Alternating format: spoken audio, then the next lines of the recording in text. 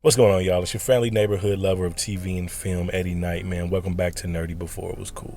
So just like you probably did, I just saw there was a teaser trailer for Bel-Air. Yes, Peacock, yet another studio is taking a classic that we know and love and rebooting it. Why? Because we're the most nostalgic generation of all time, and they're going to keep milking that until they can't anymore. Regardless, that's not what this video is about, man. I noticed, as I'm sure you did as well, that the tone of this is going to be completely different from the 90s live action studio sitcom that we saw.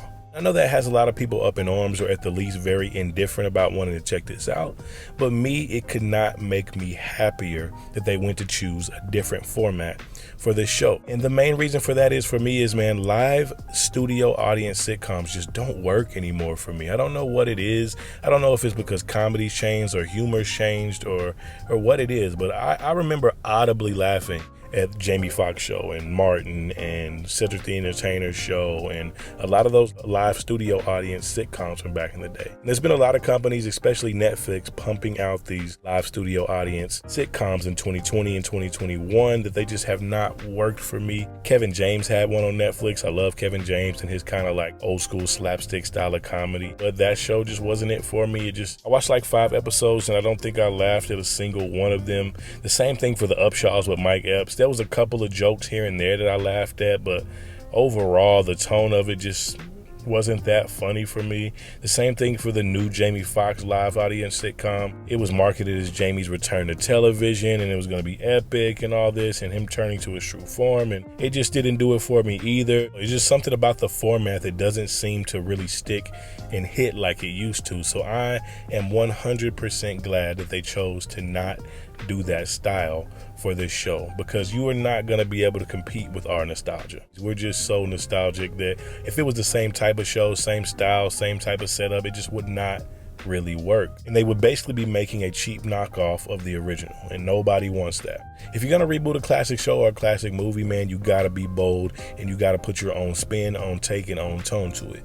Take 21 Jump Street, for instance. Shh, don't wake up my dick. Flew in on the red eye, hasn't gotten a wink of sleep.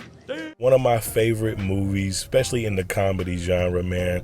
I watch that movie frequently, even after all the years that it's been out. I think it's hilarious and I think it was perfectly done. The original tone of it was definitely more serious, although it is more cheesy and campy. When you go back and look at it, it was considered serious back then. So basically what they did is flip that, turned it into a comedy, and literally mocked everything that the original one was when it first came out. And I thought that was genius. So basically with Bel-Air, man, they seem to take a lot more dramatic and serious tone with the show. And I think that could really work in the show's favor if there are still comedic elements in it. If this is just a straight up drama, then I feel like they're pretty much just using the Bel-Air name for clout. So there has to be some comedic elements to the show.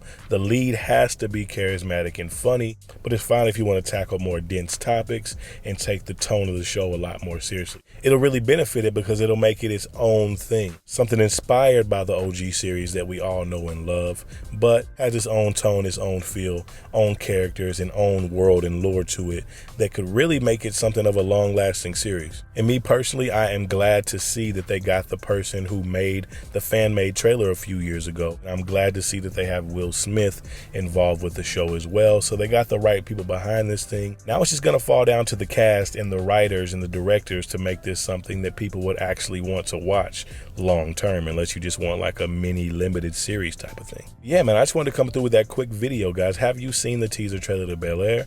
Do you think it looks promising? Are you skeptical of this thing? Do you want to see it? Do you not want to see it? Could you care less, man? Let me know down in the comments. If you enjoyed this video, be sure to like and subscribe, man. It's your boy Eddie Knight. I'm out.